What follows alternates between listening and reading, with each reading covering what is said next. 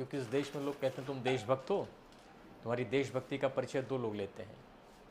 एक वो लोग कहते हैं क्या तुम इस राष्ट्र के हिंदू धर्म को मानते हो, और एक राष्ट्रभक्ति वाले लोग होते हैं कहते हो तुम संविधान को मानते हो। इस देश में nationalism is equal to some ism. कैसा इज्म है, अपन इसको समझने की कोशिश करते हैं तो शायद ये क्लियर हो जाए। नेशनलिज्म ये एक टर्म है और इसको हम लोग कहते हैं राष्ट्रवाद। इससे भारत के राष्ट्रवाद से हमारा क्या लेना देना है? बहुत कोई लेना देना नहीं है हमारा या कॉमन आदमी का इस बात से कोई लेना देना नहीं है। कॉमन आदमी तो अपने दैनिक जीवन में व्यस्त है, अपने बच्चों, अपनी पत्नी और अपने माता पिता के लिए दाल चावल आटा, उसके लिए दवाई दारू जुटाने में ही व्यस्त रहता है ना। उसके लिए भारत नहीं खड़ा होता। भारत खड़ा होता है केवल उन लोगों के लिए जिनके पास दाल चावल रोटी सब्जी के अलावा बहुत सारे काम हैं, उनके पास ये मौलिक काम नहीं है। यानी ऐसे लोग जिनका पेट भरा हुआ है, यानी ऐसे लोग जो इस देश की सियासत करते हैं, यानी कि ऐसे लोग जो संसाधन संपन्न है, पूंजी संपन्न है, उनके लिए इन सभी वादों का रोल आता है। मेरे हिसाब से कि जब हम कोई बात करते हैं कि भाई ये राष्ट्रवाद है, ये फलाना वाद है, ढिमाकावाद है, वाद से लेना देना ही उन लोगों का होता है जो बात बात में वाद निकालते हैं और वाद के आधार पर वाद विवाद करते हैं। जिसके पास अपनी रोजी रोटी से फुर्सत नहीं है, उसके पास ना वाद सुनने की है ना विवाद सुनने की है। कोई भी सीमाएं, कोई भी टाइम उनके पास है नहीं। तो यहां पर नेशनलिज्म, राष्ट्रवाद, ये देखो राष्ट्र का वाद क्या होता है भारत में वर्तमान समय। हालांकि ये बहुत बड़ा विषय है, लेकिन फिर भी यहां कंक्लूड करते हैं बहुत ही सामान्य तरीके से कि राष्ट्रवाद का भारत में मतलब क्या है। राष्ट्रवाद का भारत में मतलब है जो सत्ता डिसाइड करे। कौन डिसाइड करे? Ruling party, decided by ruling party. एक बिल्कुल सामान्य सी परिभाषा है, डिसाइडेड बाय रूलिंग पार्टी। एक और इसमें आप लोग ये दे सकते हैं कि साहब जो सिद्धांतवाद में लिखा है, जो किताबों में लिखा है, तो ये बहुत सारी थ्योरीज में से एक बात हो सकती है। मैं इसको फिर से सामान्य तरीके से समझाने की कोशिश करता हूं। एक तो हो गया डिसाइडेड बाय रूलिंग पार्टी, और एक होता है डिसाइडेड बाय स्कॉलर्स। किसके द्वारा? डिसाइडेड बाय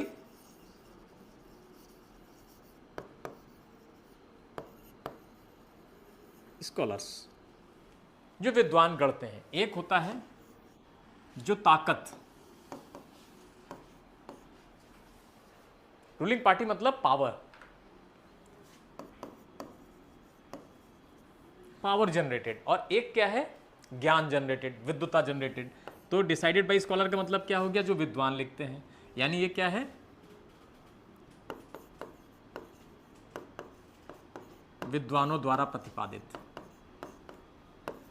अब विद्वान कहते ही बहुत सारी चीजें आप अपने आप समझ लेंगे, चाहे राजनीति शास्त्र के हो, चाहे लॉ के स्कॉलर हो, किसी के भी स्कॉलर हो, सोशियोलॉजी के हो, इन सभी की बात हम लोगों ने ये कर ली कि विद्वानों ने इसे कंपाइल किया है।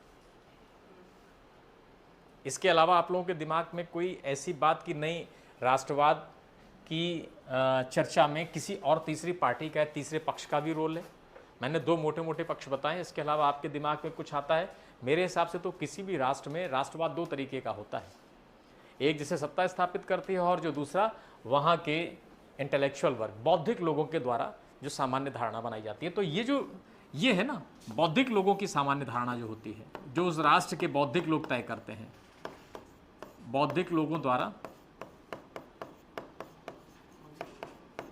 इंटेलेक्चुअल, अरे नॉट एट ऑल यार, intellectuals.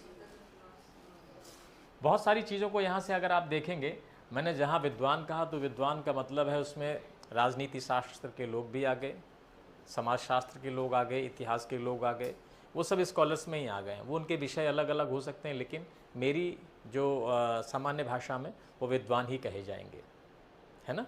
They are the scholars, scholars of different subjects. तो जब स्कॉलर्स ऑफ डिफरेंट सब्जेक्ट्स हैं, उन बौद्धिक लोगों के द्वारा राष्ट्रवाद की कुछ परिभाषा गढ़ी गई होगी। जैसे अभी आपने मॉडर्न इंडिया में पढ़ा होगा 1857 का विद्रोह, भारत का प्रथम स्वाधीनता आंदोलन।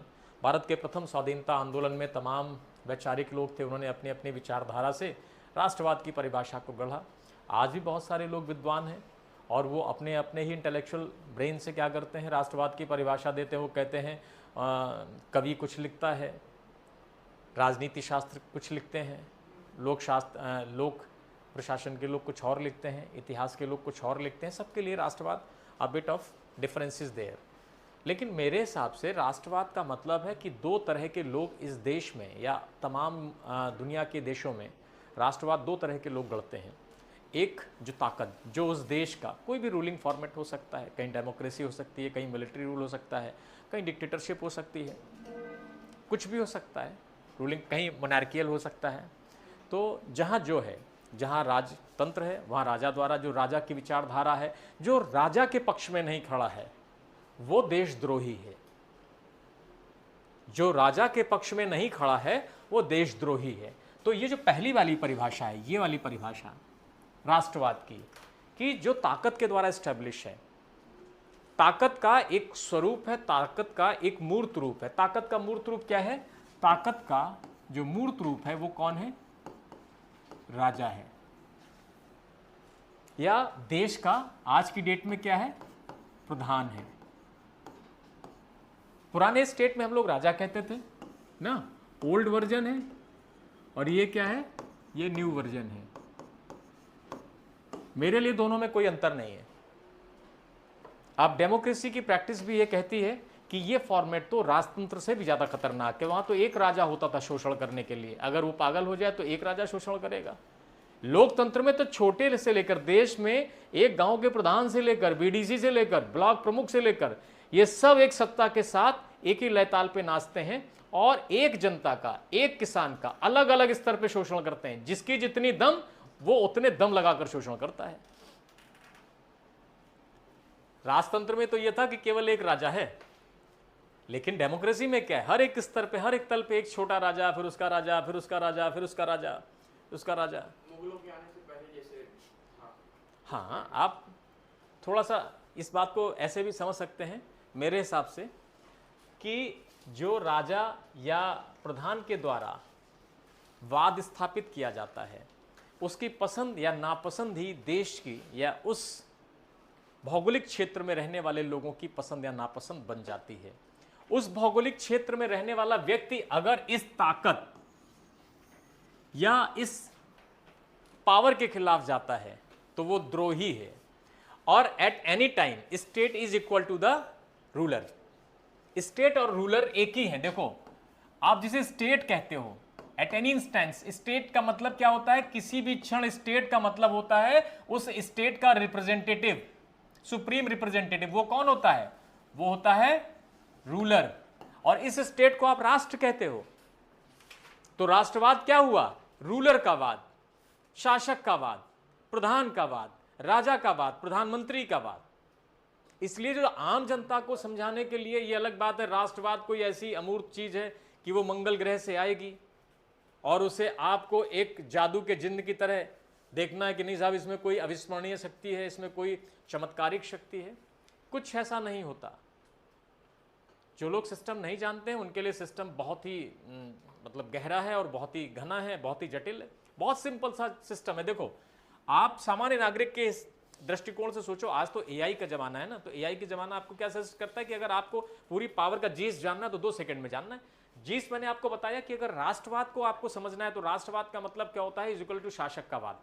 जैसे आज बहुत सारे लोग कहते हैं कि सर आज देश में एक एक्स पार्टी की सरकार है और एक्स पार्टी पूरी ताकत से उसके सारे सिंबल्स को स्टैब्लिश कर रही है। उसके जो सिंबल्स हैं धार्मिक, चाहे वो उसका अंगूछा है, चाहे उसका चिन्ह है, चाहे उसके अपने प्रतीक स्थल हैं, चाहे उसके धार्मिक स्थल हैं, उसके ऐतिहासिक स्थल हैं, उसके ऐतिहासिक पुरुष हैं, सबका महिमा मंडन होगा। सबका महिमा मंडन क्यों होगा? क्योंकि फिर से वही theory, ruler is equal to state. राज्य बराबर राजा। राज्य का कोई अस्तित्व नहीं होता। राज्य एक अमूर्त रूप है, उसका मूर्त रूप राजा होता है। तो राज्य क्या सोचता है? जो राजा सोचता है। राज्य का वाद क्या होता है? जो राजा की सोच होती है। यानी राज्य बराबर राष्ट्र। तो राष्ट्रवाद क्या हुआ? देश के वर्तमान शासक का मन मस्तिष्क में जो विचार है वही राष्ट्रवाद है। अब ये देखना है कि वो किस विचारधारा से आता है, उसकी जो विचारधारा होगी वही राष्ट्र की विचारधारा है, वही राष्ट्रीय विचारधारा है। अब राष्ट्रद्रोही कौन है? जो उस विचारधारा के अगेंस्ट है, क्योंकि इसका सर्टिफिकेट भी आपको कौन देगा? सिस्टम देगा, और system is govern by that particular person या उसके लोगों के द्वारा है। तो जब उसके लोगों के द्वारा ये गवर्न है तो ये उस सिस्टम के अगेंस्ट जाने वालों को रिजेक्ट मारेगा और कहेगा तो द्रोही है, द्रोही है। सर्टिफिकेट उन्हीं का चलेगा, थाना पुलिस उन्हीं की, कोर्ट कचहरी उन्हीं की, कहां जाएंगे आप? सब कुछ तो हुक्मरान के हाथ में है ना। तो इसलिए आपको राष्ट्रवाद समझने के लिए बहुत सारी किताबें, बहुत सारे सिद्धांतकार, इंडियन या वेस्टर्न, इनको पढ़ने की आवश्यकता नहीं है। राजनीति एक बहुत ही सहज विषय है। अगर कोई बच्चा, कोई भी एस्पायरेंट इस बात को समझना चाहता है कि भाई हमको राजनीति का काका गाघा समझना है, तो उसे अपनी आंखों को खोलना है। उसे आज तक इतिहास में जितने भी रूलिंग फॉर्मेट हुए हैं उनमें जनता की स्थिति और राजा की स्थिति क्या रही है, ये बिल्कुल साफ साफ है। लेकिन आप पता है, आप विषय से डरने लगे हैं। आपको लगता है राजनीति शास्त्र में कर लिया, अरे बहुत कुछ अलग होगा। कुछ अलग नहीं होता, बस शब्दों का और विचारों का वाक्य विन्यास थोड़ा इधर उधर होता है, मतलब उनके प्रेजेंटेशन का तरीका अलग होता है, लेकिन भाव एक ही होता है। जैसे मैंने अभी आपको बताया, पहला राष्ट्रवाद तो वो है जो इम्पोज किया जाता है शासक के द्वारा। दूसरा राष्ट्रवाद आता है, भारत में एक और तरह का राष्ट्रवाद है या दुनिया के देशों में, वो जो विश्वविद्यालय में पढ़ाया जाता है। एक राष्ट्रवाद, कौन सा राष्ट्रवाद है? ये आदर्श स्थिति में है। ये कौन सा राष्ट्रवाद है बच्चे? ये आदर्श राष्ट्रवाद है।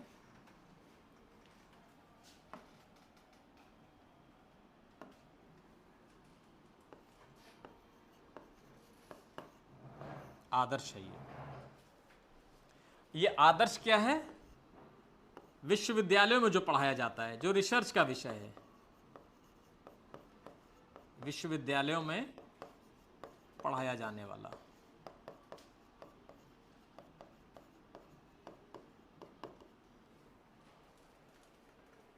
ये आइडियल स्टेट है। इसे अप्रोच किया जाता है और किताबों तक सीमित रहता है। किताबों तक सीमित क्या रहता है? इसमें बड़ी बड़ी बातें होती हैं। चाह नहीं मैं सुरबाला के गहनों में गूथा जाऊं, और आगे क्या है?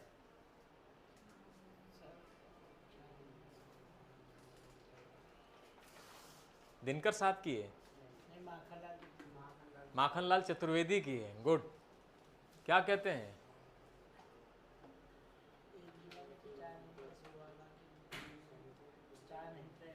मुझको फेंक देना उस पद पे जिस पद पे हैं शीश चढ़ाने जावे वीर अनेक।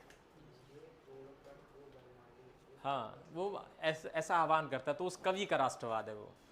उस कवि ने लिख दिया है। उस कवि ने राष्ट्रवाद क्या लिख दिया है?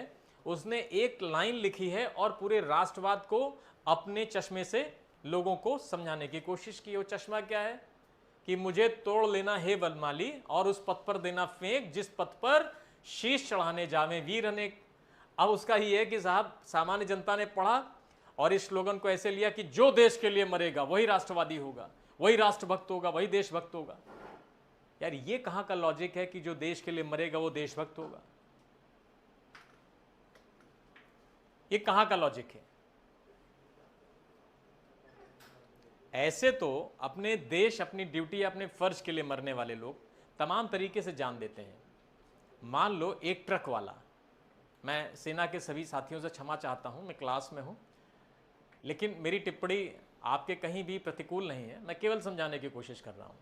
मान लो एक राष्ट्रवाद के नाम पर एक ट्रक ड्राइवर जा रहा है। ट्रक ड्राइवर तमाम लोगों के जीवन की जो सप्लाई है लिए जा रहा है, उसमें दूध है, उसमें दवाइयाँ हैं, और वो चलाते चलाते एक रोड एक्सीडेंट का शिकार होता है और सड़क पे मर जाता है। अब वो ट्रक ड्राइवर भारत की अर्थव्यवस्था में डेली क्या कर रहा था? लोगों की लाइफलाइन था। पर डे वो 500,000 किलोमीटर यहां से दवाइयों की सप्लाई करता था। तो वो उस चेन का हिस्सा था कि नहीं राष्ट्रवाद की? राष्ट्रभक्ति थी कि नहीं थी? ठीक है। तो अभी तो मॉडर्न स्टेट में हमें यह समझना बाकी है कि देश के नाम पर कुछ समूह के लोग आए और कहें हमारा देश जिंदाबाद, लोग गोली 141 कूद जाओ, हमारी जान चली गई। मैं ये नहीं कह रहा हूं कि कायरता है, मैं ये कह रहा हूं मॉडर्न स्टेट में केवल और केवल राष्ट्रवाद का नारा देकर किसी गरीब आदमी की या किसी अपने एम्प्लॉय की या किसी सैनिक की जान ले लेना, क्या जान का कंपनसेशन आपके पास है? नहीं ना।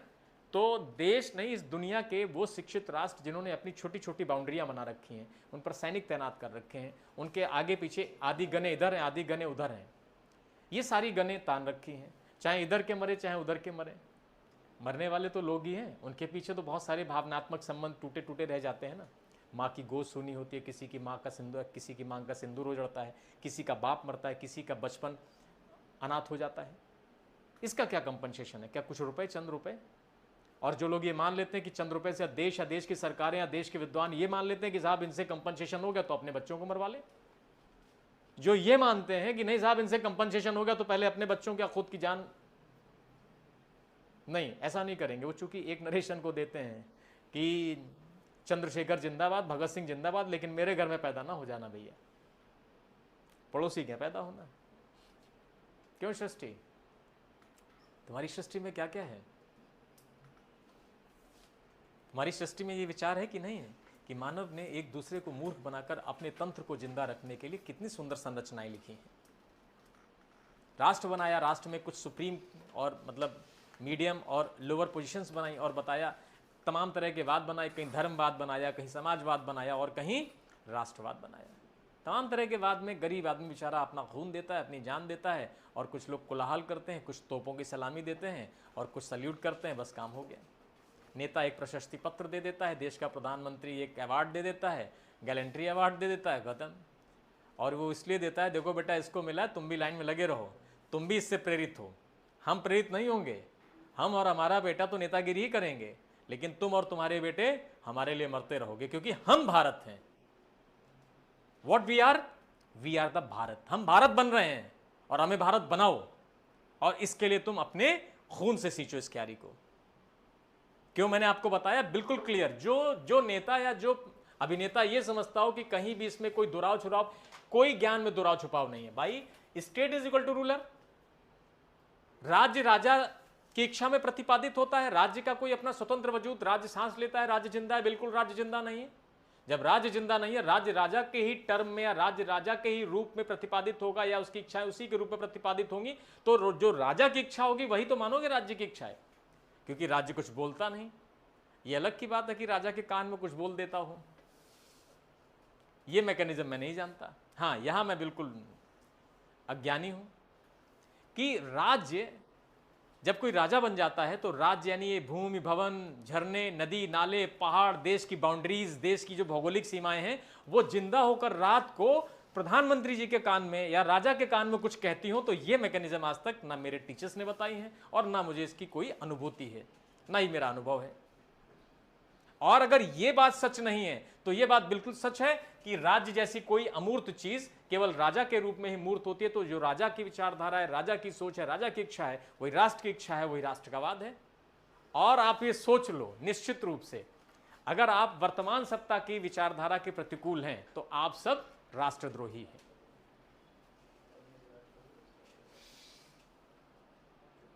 क्यों? डेमोक्रेसी में कहते हैं, डेमोक्रेसी में क्या कहते हैं? वॉकिंग विद डिफरेंसेस ना, वॉकिंग विद डिफरेंसेस। हम असहमति के साथ तो चलते हैं, हम कहते हैं असहमति। लोकतंत्र का मूल क्या है? लोकतंत्र और राजतंत्र में डिफरेंस ये है कि राजा से जब आप कभी असहमत हो जाते थे तो राजा आपको मरवा देता था। जब से डेमोक्रेसी आई तो डेमोक्रेसी में यह है कि असहमति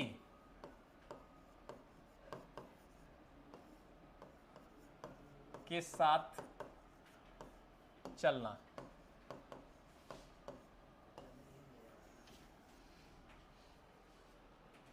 विरोधी विचारों के साथ सामंजस्य स्थापित करना, लेकिन हो नहीं पा रहा है। लेकिन यह बात संभव नहीं हो पा रही है। यानी असहमति के साथ चलना, या अपन ये कह सकते हैं कि विरोधी विचारों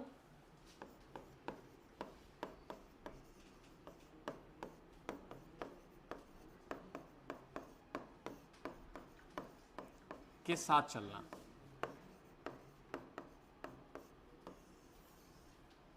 दोनों बातें एक जैसी हैं? दोनों बातों में कोई डिफरेंस नहीं, मतलब अलग अलग मत होने के बावजूद भी एक साथ एक सिस्टम में चला जा सकता है, एक रूलर के साथ बैठा जा सकता है। और इसमें हमने बहुत सारी पार्टियां बनाई हैं, बहुत सारे दल हैं, कंटेस्ट करते हैं और विरोधी विचारधाराओं को ये दिखाते हैं, दिखाने की कोशिश होती है कि भाई हम विरोध में हैं तब भी चल रहे हैं। लेकिन ये व्यवस्थाएं तब थीं जब किसी भी सिस्टम में कोई थर्ड पार्टी एग्जिस्ट करती है, ताकतवर पार्टी एग्जिस्ट करती है, जो दोनों विचारों के बीच में मीडिएशन करती है कि देखो दोनों लड़ना नहीं, विरोध या असहमति में साथ रहने की जो कला होती है वो केवल और केवल तब आती है जब कोई पावरफुल मीडिएटर होता है। अदरवाइज अगर आप दो लोगों में विरोध है और कोई ज्यादा बलशाली है तो दूसरे का दमन कर देगा। निरपेक्ष स्थिति में अगर आप किन्हीं दो लोगों में विरोध है आपस में और कोई मीडिएटर नहीं है और किसी का भी मीडिएशन नहीं है, तो यह बात बिल्कुल नैसर्गिक सच है कि एक ताकतवर विरोधी अपने दूसरे कमजोर विरोधी का दमन कर देगा, चाहे विचारों का हो, चाहे शरीर का हो और चाहे किसी और विषय वस्तु का हो। बड़ा मैग्नेट छोटे को खींच लेता है। एक दोहा है किसी का, मुझे छोटी छोटी लाइनें याद हैं, हिंदी में बहुत कमजोर हूं। बूंद समानी समद में तेकत हेरी जाए, यानी एक बूंद अगर समुद्र में गिरती है तो वो अपने अस्तित्व और अपनी अस्मिता को खो देती है, उसका कोई स्वतंत्र वजूद नहीं बचता, वो समंदर हो जाती है। इसी तरह से जो विरोधी विचार हैं, जो पावरफुल या ताकतवर विचार होगा, वो छोटे विचार को खा जाएगा, उसको खत्म कर देगा। ये कब रह सकता है? ये तब रह सकता है जब कोई थर्ड पार्टी हो दोनों की कान पकड़ के दोनों को अलग रखे, छोटे चुंबक को और बड़े चुंबक को। रुको, यहां नहीं जाना है, इतना ही रहना है बस, तो चला जा सकता है। लेकिन अगर आपका थर्ड पार्टी मीडिएशन स्ट्रांग नहीं है तो विरोधी विचारधारा चल नहीं सकती। जैसे आपके घर में अगर आप भाई बहन हैं और एक दूसरे के खून के प्यासे हैं तो पी ही जाएंगे। अगर मम्मी पापा ना हो घर में, तो पापा का डर ना हो, मम्मी का डर ना हो, तो क्या होगा? आप एब्सोल्यूट तरीके से प्ले करेंगे। फिर आप जितना डैमेज कर पाएंगे दूसरे को करेंगे, जितनी आपकी ताकत होगी, भाव जितने आपके खिलाफ होंगे, है ना। आप ये संकल्प देखेंगे नहीं कि मेरा भाई है ना, चाकू छुरी चली जाती है ना, कान के 6 इंच दूर से मौत गुजर जाती है। तो इसलिए आप जो ये शब्द देख रहे हैं बच्चे, असहमति के साथ चलना, विरोधी विचारों के साथ चलना, ये बहुत ही सुंदर वाक्य है। लेकिन अगर नैसर्गिक रूप से असहमति हो या आप एक दूसरे के विरोधी हों और आपके पास कोई ढंग का मीडिएटर ना हो, तो निश्चित तौर पर जिसमें ताकत होगी वो दूसरे को ठेल ले जाएगा, है ना, 100% ठेल ले जाएगा। जब तक कि कोई तीसरा हाथ उन दोनों को बैलेंस करने के लिए ना आए और वो हाथ उन दोनों से ताकतवर हो, क्योंकि अगर वो किसी से भी कमजोर हुआ तो वो भी ठेल लिया जाएगा। मान लो एक पहलवान और एक चींटी लड़ने लगे, बीच में कहीं से कुकुर आ गया, हाथी उसको भी ठेल देगा ना। कुकुर की क्या औकात कि कुकुर हाथी और गधे की लड़ाई में मीडिएशन करे? अरे ठीक है, बदल लिया, क्या दिक्कत है? I mean to say, try to understand the interaction of power, सत्ता और शक्ति के इंटरेक्शन को समझो and try to understand the character of the same. Power का चरित्र बहुत ही दुर्दांत होता है, बहुत ही क्रूर होता है। पावर अगर मलंग हो जाए, पावर अगर पागल हो जाए, तो अपने रास्ते में आने वाले वो तमाम चीज़ों को, भाव, भंगिमाओं, भक्तों, माताओं, पिताओं, बहनों, प्रेमियों, प्रेमिकाओं, सबको उड़ा ले जाता है। आपने देखा होगा सत्ता के लालच में लोगों ने अपने बेटों की हत्या करवा दी, लोगों ने अपने पतियों की हत्या करवा दी, लोगों ने किसी को ड्रम में पैक कर दिया, किसी को कुकर में उबाल दिया। अरे गेटिंग षष्ठी सीरियस हो गई क्या? हाँ, सीरियस नहीं होना। दुनिया के तमाम देश और देशों की सरकारें इस बात की गवाह हैं कि जितनी गुनहगारिता उन्होंने की है उनका खुदा भी मालिक नहीं होगा। उन्होंने वाद फैलाकर तमाम लोगों की हत्याएं की हैं, अपने को जिंदा रखने के लिए, अपने इज्म को जिंदा रखने के लिए, अपने को खुदा बनाने के लिए उन्होंने दिन रात प्रैक्टिस की है, दिन रात कोशिश की है। जमहूरियत बनाई जिन लोगों ने, कुछ लोग स्कॉलर्स थे जिन्होंने बनाई थी, लेकिन इसको प्रैक्टिस करने वाले लोगों ने धीरे धीरे करके इसे अपने रूप से डाल लिया। जैसे तुम ये देखोगे कि भारत की आज़ादी के बाद अंग्रेजों ने भारत को कॉन्स्टिट्यूशन दिया, धीरे धीरे धीरे धीरे कॉन्स्टिट्यूशन फिर से पुरानी व्यवस्था की तरफ जा रहा है, फिर से कुछ स्मृतियों की तरफ जा रहा है, फिर से मनुस्मृति की तरफ जा रहा है, फिर से लोग दम लगाकर कहते हैं देश किसके दम पर चलेगा, देश संविधान के दम पर नहीं चलेगा, देश स्मृतियों के दम पर चलेगा। नहीं कह रहा है तो ऐसा महसूस करवा रहा है, वो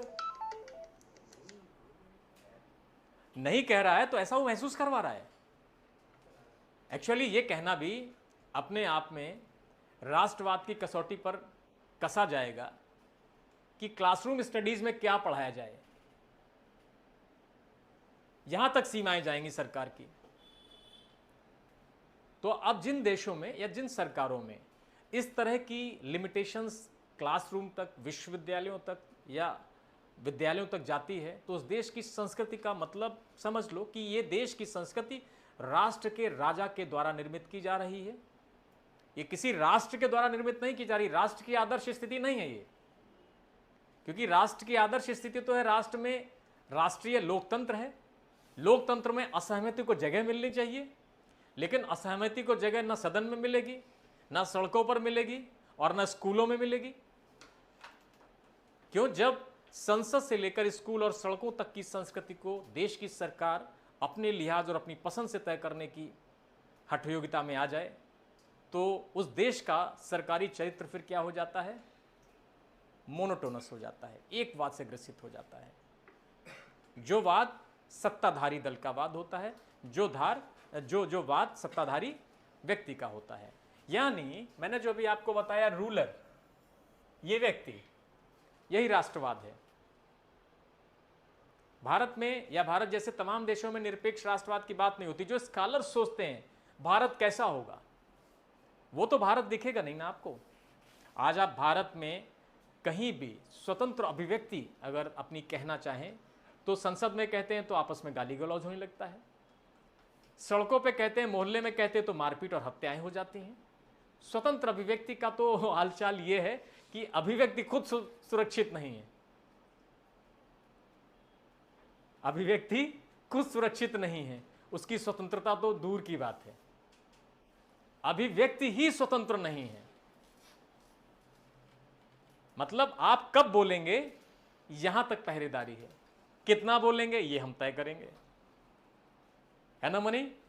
तो यानी जो आज की डेट में हम लोगों ने राष्ट्रवाद के दो स्वरूप पढ़े, पहला तो जो इम्पोज्ड बाय द रूलर है और दूसरा वाला है जो डिसाइडेड बाय द स्कॉलर्स है या decided by the intellectual class of the nation है।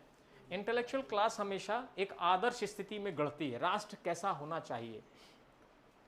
एक्चुअली इस राष्ट्रवाद को भी दो रूप में देखो, और वो पहला रूप है वर्तमान समय में किसी राष्ट्र का अगर राष्ट्रवाद देखेंगे तो व्हाट एक्चुअली इट इज, मतलब what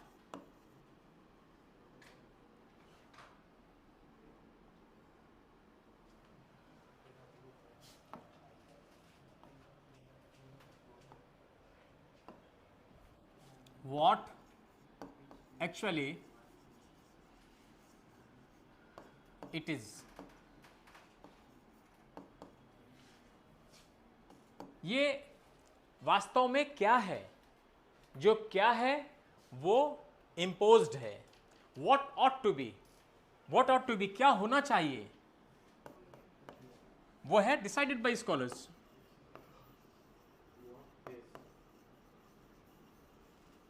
what ought to be, क्या होना चाहिए, क्या है, वो जो सामने आपको वर्तमान में दिख रहा है। राजा हावी है तो राष्ट्रवाद वही है जिस पे राजा हावी है। तो क्या है, क्या होना चाहिए? बहुत सारे स्कॉलर्स हैं, अलग अलग यूनिवर्सिटी में पढ़ते हैं। अप्रोच पेपर दाखिल करते हैं, शोध पत्र लिखते हैं, मैगजीन्स में लिखते हैं, संपादकीय लिखते हैं। बहुत सारे विद्वान हैं देश में, इस राष्ट्र में, जो राष्ट्रवाद, राष्ट्र कैसा होना चाहिए, राष्ट्र में किस तरह की लोकतांत्रिक व्यवस्थाएं होनी चाहिए, समतामूलक समाज होना चाहिए, सबको बराबरी का अधिकार होना चाहिए, मानव मानव एक समान होना चाहिए, मानवता का दृष्टिकोण होना चाहिए, इस देश के अल्पसंख्यक मिनोरिटीज़, किसान, मजदूरों को भी पूंजीपतियों के समान अधिकार होने चाहिए। वो वकालत जो करते हैं समानता की, स्वतंत्रता की, न्याय की, बंधुत्व की, वो क्या है? वो राष्ट्रवाद का सैद्धांतिक पक्ष है। कौन सा पक्ष है? सैद्धांतिक पक्ष है। इसको हम लोग बोलते हैं सैद्धांतिक पक्ष है। लेकिन राष्ट्रवाद का जो व्यवहारिक पक्ष है, ये कौन सा पक्ष है? व्यवहारिक पक्ष है। प्रैक्टिकलिटी ये है। आकांक्षा समझ में आ गया? कहीं किसी बच्चे को ऐसा तो नहीं लग रहा है कि हम लोग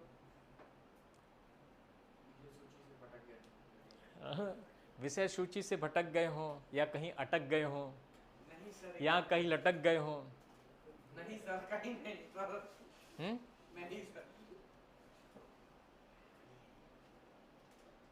वीडियो वायरल नहीं सर, बस इतना समझ गया। वायरल सेंसेशन बनने वाली है। तो ये जो सैद्धांतिक पक्ष के साथ हम लोगों ने देखा, देश के बौद्धिक लोग जो राष्ट्रवाद को, या जो आप देखते हैं, आपको भ्रम कब होता है? देखो, देश में भ्रम दो तरह के। जब कोई एक लिसनर है या कोई जो रीडर है, उसके दिमाग में कन्फ्यूजन कब आता है? जब कुछ थॉट इधर के आते हैं, कुछ थॉट उधर के आते हैं, तो उसको बड़ा ये ल्यूसिड या बड़ा डिलेमा लगता है, यार बाकी राष्ट्रवाद क्या है, क्या है। तो मैंने आपको एक बिल्कुल क्लियर कट पिक्चर है, क्लियर कट सीन दिया। आप किसी भी जाति धर्म से आते हो, किसी भी पार्टी से आप वास्ता रखते हो, आपके कुछ ना कुछ राजनीतिक विचार हो सकते हैं, इसमें कोई भी शक नहीं है। लेकिन इन विचारों में आप क्लैरिटी कैसे लेकर आओगे कि वाकई राष्ट्रवाद क्या है और राष्ट्रवाद की एग्जैक्ट पोजीशन क्या है? राष्ट्रवाद की एग्जैक्ट पोजीशन मैंने आपको बताई। आज हो सकता हो सरकार आपके मन माफिक हो, तो आपको ये राष्ट्रवाद ज़्यादा जचता हो, ज़्यादा फपता हो। कल सरकार आपके पक्ष में ना रह जाए, कल सरकार चांद तारों वालों की आ जाए, फिर वो राष्ट्रवाद जिस हिसाब का इम्पोज करेंगे, तो आप फिर से एक बार बाबर और अकबर को गाली देते नजर आओगे।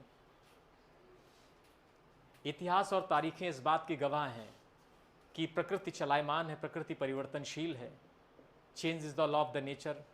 तो अगर उनकी हुक्मरानी नहीं रही तो सत्ताएं आज की भी नहीं रहेंगी। बदलाव इस प्रकृति का एक शाश्वत नियम है, सनातन नियम है। सनातन व्यवस्था में कोई चीज़ स्थायी नहीं है, सारी व्यवस्थाएं सनातनी हैं। जो सनातनी है वो बदलते रहे हैं, यानी बदलाव सनातनियों का गुण है। यानी सनातन जो भी है वो हमेशा अपने स्वरूप, प्रकृति और नेचर को बदलता रहा है, यानी वो अवसरवादी है। जो भी सनातनी है वो अवसरवादी है। तो सनातन जो कहता है अपने आप को, जो भी सनातनी है, सनातन इज इक्वल टू अवसरवादी। क्यों? जब प्रकृति बदल रही है और अगर आप ठूंठ जैसे खड़े रहते तो प्रकृति आपको निपटा चुकी होती। आप ये कह ही नहीं सकते कि हम सनातनी होने का दावा करते हैं तो हम अवसरवादी होने का दावा नहीं करेंगे। ये जो तमगा है ये डिफॉल्ट है। जिसने सनातनी कहा, जिसने अपने आप को शाश्वत कहा, वो इसका मतलब है बहुत ही अवसरवादी है, वो अपॉर्चुनिस्ट है। अपॉर्चुनिस्ट नहीं होता तो क्या वो प्रकृति के साथ समावेशता में जिंदा रहता? आज नेचर हमेशा उसको साथ कैरी करता है जो नेचर के साथ अपने आप को पेसअप रखता है, बदलता रहता है। जो बदला नहीं वो मिट गया। कहते नहीं समय के साथ चलो, नहीं समय तुमको मिटा देगा। तो आप समय के साथ चलते रहे। जो समय के साथ चला, जिसने समय के साथ समझौता किया, वो कौन था? वो अपॉर्चुनिस्ट था, जिसने हर एक आने वाली परिस्थितियों में समझौता किया। तो इसलिए ये जो सारे पक्ष हैं, ये सुनने में और ये चर्चा करने में और इनको समझने में बड़ी तकलीफें होती हैं। लोग क्लियर नहीं हो पाते। लोगों को लगता है इसमें कोई रॉकेट साइंस लगेगी। कोई रॉकेट साइंस नहीं लगेगी। अपने आप को अंदर के जो इज्म है उसको मार के अगर पढ़ोगे तो चीज़ें बहुत ही क्लियर होंगी। अगर आप एक इज्म को अंदर लेके किसी दूसरे और चौथे इज्म को पढ़ोगे तो हमेशा एक छठे तरह का इज्म पैदा हो जाएगा।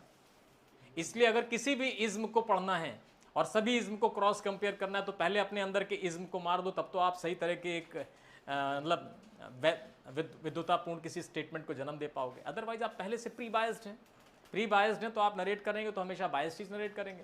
इसलिए मैंने जो अभी आपको बताया, देखो भैया ये राष्ट्रवाद जो है, वो राष्ट्रवाद जो बौद्धिक लोग बताते हैं वो आदर्श स्थिति होती है, जो देश में लागू होता है वो वर्तमान स्थिति होती है, जो लागू होता है वो शासक की इच्छा होती है, और शासक की इच्छा ही राष्ट्रवाद है, क्योंकि शासक की इच्छा के खिलाफ गए तो उसकी जितने भी संवैधानिक संस्थाएं हैं, पुलिस राजा की, होमगार्ड राजा का, लेखपाल राजा का, पटवारी राजा का, तहसीलदार राजा का, नायब तहसीलदार, ये सब लिखेंगे, पढ़ेंगे या कानून में आपको सर्टिफिकेट वही जारी करेंगे जो राज्य इच्छा होगी। आप द्रोही हैं कि नहीं है ये राज्य इच्छा है, ये तय करेंगे कि आप राजा के अगेंस्ट हैं कि राजा के प्रो हैं। वर्तमान राजा ने एक नए तरीके का पूरे भारत में नैरेटिव सेट कर रखा है। अब राजा वाई धर्म का दुशाला ओढ़ के जेड चौराहे पे खड़ा हो जाए तो जेड चौराहे पर जाने वाले लोग अगर किसी एम विचारधारा का पटका ओढ़ के जाएंगे तो विरोधी होंगे। अब जब विरोधी होंगे तो क्या होगा, निपटाए जाएंगे। ऐसा नहीं है सर। पावरफुल जो लोग हैं, पावर एक्सरसाइज करती है बच्चे, पावर का विशेष गुण है। एक बहुत ही अच्छा खेल बना था अभी, और उस खेल में कुछ नहीं था, एक बहुत छोटा सा खेल था, क्राउड सिटी। मैं गेम का नाम बताता हूं, जो लोग भूल गए हो इस आपाधापी की दुनिया में, उस गेम को देखेंगे तो आप राजनीति की वास्तविकता को समझ जाएंगे। और वो वास्तविकता ये है बच्चे, एक गेम आप लोग नोट कर लीजिए और इस गेम को जरूर देखिएगा। इसका नाम है क्राउड सिटी। मैं यहीं कहीं लिख देता हूं, उसका नाम है क्राउड सिटी। इस गेम में आप अपना एक प्लेयर चुनते हैं और उस प्लेयर का वाइट कलर होता है, या कलर आप शायद चुनते हैं। उसके बाद आप एक सिटी में एंटर करते हैं, वहां कुछ कुछ लोगों की, रंगदार लोगों की टोलियां होती हैं, अलग अलग रंग की टोलियां होती हैं। अलग अलग रंगदार लोगों की टोलियां होती हैं। अगर भारत की राजनीति को या दुनिया की डेमोक्रेसी को समझना है तो मुझे लगता है कि क्राउड सिटी नामक खेल से ज्यादा सुंदर कोई एग्जाम्पल आपके पास नहीं है। आप सब लोग क्राउड सिटी डाउनलोड करिएगा। मैं बिल्कुल ब्रांड एम्बेसडर नहीं, मैं कतई ब्रांड एम्बेसडर नहीं है। नहीं, कोई नहीं, स्पॉन्सर की बात नहीं। हम लोग बहुत छोटे छोटे अध्यापक हैं यार, अपने मतलब अपने आप को इस जीवन में बनाए रखने के लिए, इस प्लैनेट पर जिंदा रखने के लिए अपने आप को कुछ कर्तव्य करने हैं। सकारात्मक तरीके से अपने और अपने द्वारा उत्पन्न की गई संतानों का जीवन यापन करना है, भरण पोषण करना है, तो इसलिए काम करना ज़रूरी है। तो हमारा भी एक प्रोफेशन है और टीचिंग हमारा प्रोफेशन है हम सब साथियों का। तो यहाँ लेकिन आपको एग्जाम्पल देने के क्रम में बहुत ईमानदारी से ये समझाया जा सकता है कि अगर आप इस दुनिया की डेमोक्रेसी को समझना चाहते हो कि जहाँ मल्टी पार्टी सिस्टम है, तो क्राउड सिटी क्यों बेहतर है। क्राउड सिटी में आपके पास केवल एक प्लेयर होता है। आप जब आते हैं, ये आप प्लेयर हैं। इसके बाद क्या होता है, कई अलग अलग आप इस शहर में जाते हैं तो शहर में कई तरह के ऐसे ही प्लेयर होते हैं, ठीक है ना। वो प्लेयर क्या करते हैं, जैसे ही आप जाते हैं तो कुछ लोग होते हैं, कलरलेस लोग होते हैं, उनको ज्वाइन करना, हाँ, केवल व्हाइट कलर के लोग होते हैं, उनका कोई रंग नहीं होता। वो इस बात के परिचायक होते हैं कि जो व्हाइट कलर वाले प्लेयर हैं अभी इनका कोई विचार नहीं है, ये किसी भी रंग में रंगे नहीं, ना ये भगवा है, ना ये नीले हैं, ना ये हरे हैं, ना काले हैं, ना पीले हैं, कोई पटकाधारी नहीं है। तो आप जैसे ही उनमें जाते हैं वो लोग आपके कलर के हो जाते हैं। आपको व्हाइट जो है शहर के सामान्य नागरिकों को टच करना होता है तो वो आपके साथ हो लेते हैं। क्यों, आपने इतने लोगों को अपना मैसेज दे दिया। जैसे ही बच्चे पहले देख लो, बाद में, यानी जो वो प्लेयर होता है, प्लेयर अपनी बात शहर के उन लोगों को बताता है जो व्हाइट होते हैं, वो कलरलेस हैं, उन लोगों को बताता है जो लोग अभी कुछ बात नहीं सुन पाए, किसी की राजनीतिक विचारधारा के रंग में नहीं रंगे गए। अब मान लो 4 लोग पास, 4 आपके रंग के हो गए। आप मान लीजिए ब्लू थे तो आप ब्लू हो गए, अब वो 5, आप ब्लू 5 हो गए। अब जो सारे प्लेयर करना चालू करते हैं तो वो जो ग्रीन वाले 3 हैं, और अगर आपने 3 वालों को छू लिया तो वो आपके हो जाएंगे। वही बात कि बड़ी पार्टी छोटी पार्टी को खा जाती है, आप पार्टी भी खाने लगेंगे फिर। अब आप समझो कि इससे खतरनाक मनुष्य अपनी मनोवृत्ति पर, राजनीतिक मनोवृत्ति पर कोई गेम नहीं बना सकता। If you want to get understand with the multi-party system of any nation, आपको दुनिया के किसी भी देश का बहुदलीय व्यवस्था का सिस्टम देखना है लोकतंत्र का, तो आप निश्चित तौर पर क्राउड सिटी देखो, वो एक झटके में आपको 10 मिनट के गेम में बता देगी आपको राजनीति में क्या करना है। अच्छा, राजनीति में क्या करना होता है, आप एक दल बनाते हैं, दल बनाने के बाद एक मंच तैयार करते हैं, माइक तैयार करते हैं, अपनी बात पहले कुछ अपने नियर डियर लोगों को बताते हैं, वो आपकी विचारधारा से सहमत होते हैं, आपके रंग में आते हैं, फिर वो आपके रंग में दूसरों को रंगते हैं, तो आपका हुजूम बढ़ता है। जहां तक आपकी ताकत होती है, जिन लोगों को आप रंग पाते हैं, आप बताते तो अपनी बात बहुत सारे लोगों को, इसका ये मतलब नहीं है क्राउड सेटिंग बताएगा कि आप केवल बता दें, यहां उनको रंगना है। वो कहेंगे नहीं ऐसा कैसे, वो 100 सवाल जवाब करेंगे। मनुष्य को रंगना प्रैक्टिकली थोड़ा सा मुश्किल है। जब वो आपकी विचारधारा में आ जाएंगे तो वो आपके खेमे में आ जाएंगे, आपका खेमा बड़ा हो जाएगा। और क्या करना है राजनीति में, आपको अपने खेमे को बड़ा करना है। आपको कुशवाहा महासभा चलानी, तो क्या है, maximum number of people who are going to be get assembled in your name, with your vision, with your thought, जो आपके विचारधारा और दृष्टिकोण के साथ आपके मंच पे आए। आप एक बार आवाज लगाइए, हाँ भैया, बड़ा हो गया ना। आप अखिल भारतीय हिंदू महासभा लगाएं, जो आपके हिंदुत्व के नारे से सहमत है, तो वो क्या होगा, वो हाँ भैया ठीक है। आप एक पार्टी बनाएं एक्स, हाँ भैया। वाई पार्टी बनाएं, हाँ भैया। जिसके पास भैया ज़्यादा वो बड़ा भैया, जिसके पास भैया छोटे वो छोट भैया ना, बड़ा भैया छोटा भैया। अच्छा, मौके पे क्या होते हैं, छोट भैया मिलके बड़े भैया के साथ ज़्यादा पाए लागू होता है ना, ठीक है। तो ये जो पिक्चर है, इस पिक्चर को आपको याद रखना है, इस गेम को देखना है। और मैंने आपको बताया जो राष्ट्रवाद है, वो राष्ट्रवाद कैसे प्ले करता है, इसमें बिल्कुल भी कंफ्यूज मत रहिएगा।